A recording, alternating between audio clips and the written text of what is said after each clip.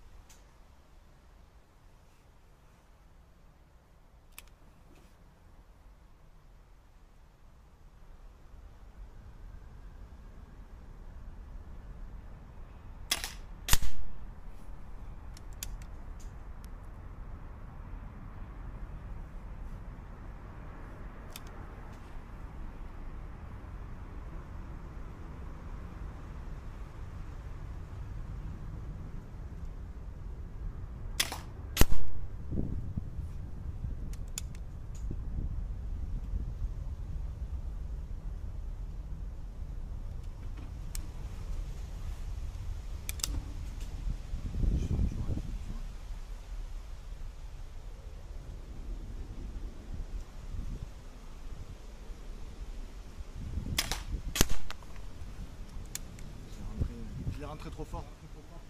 Donc automatiquement je l'ai déformé, c'est normal. Donc c'est du 4-5, il faut y aller plus en douceur.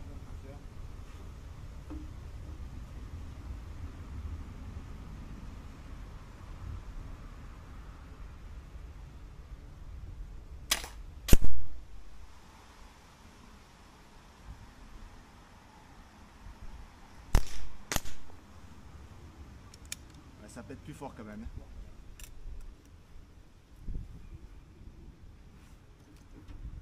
Voilà. J'ai du mal avec les 4-5. Je suis tellement habitué au 5-5 que les 4-5, je les mets mal chaque fois. Celui-là, il va partir en vrille, c'est sûr. Hein. On va l'envoyer quand même.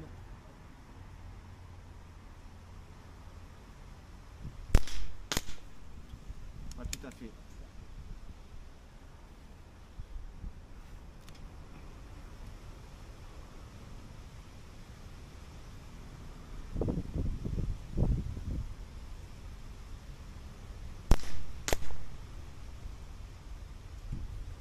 Je sais même pas où j'ai tiré celui-là.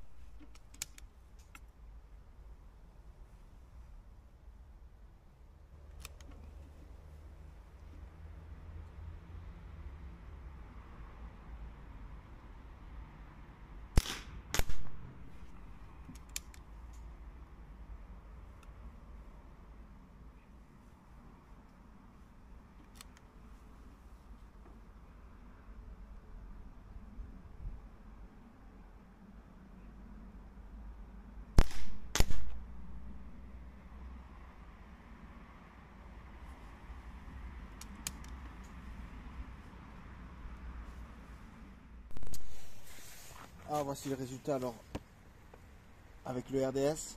Bon ben ça va, hein, c'est pas mauvais.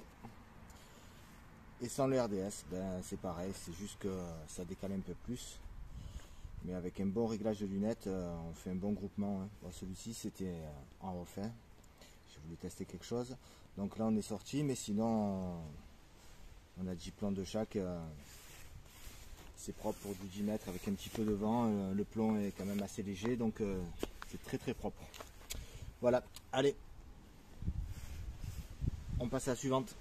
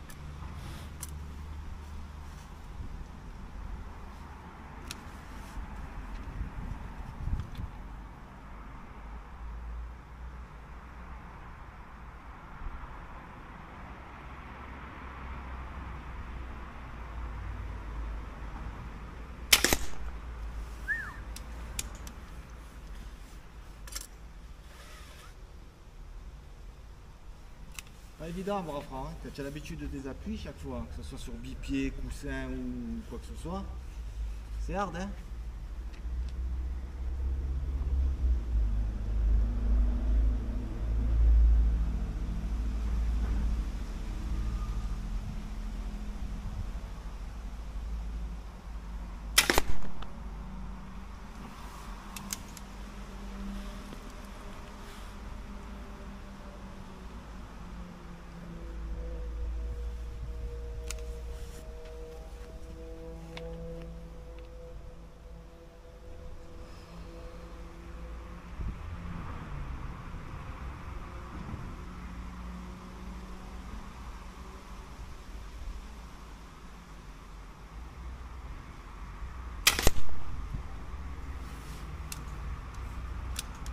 Un petit dernier.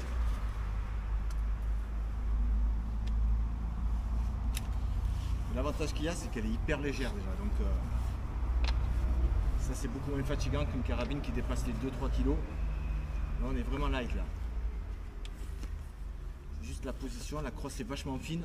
Ça, c'est un peu compliqué à gérer. Pour l'appui de la joue.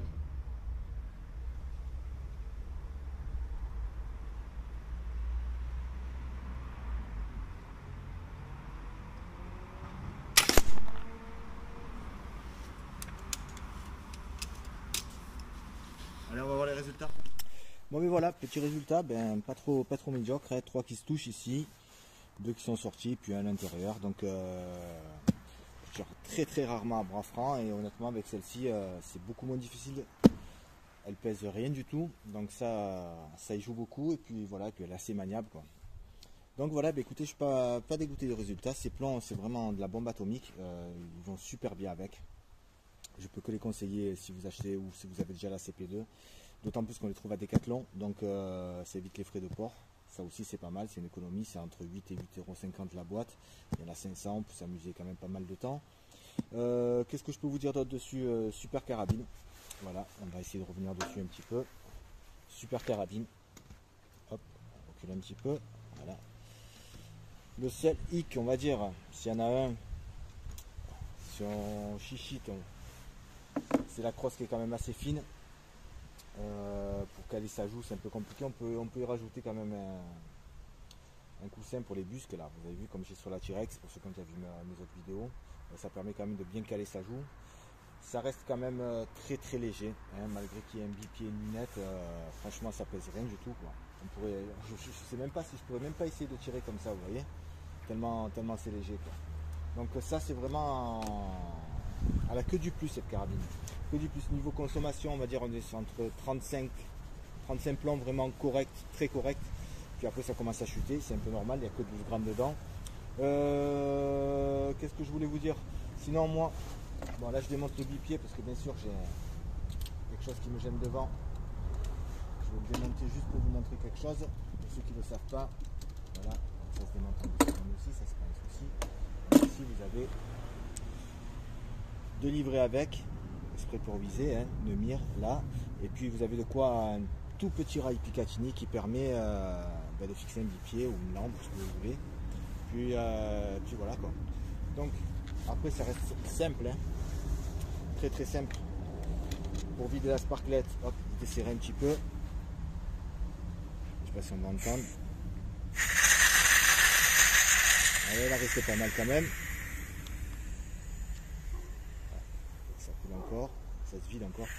Voilà, hop, on dessert doucement. Bon, vous inquiétez pas, c'est un gros filetage, donc puis voilà.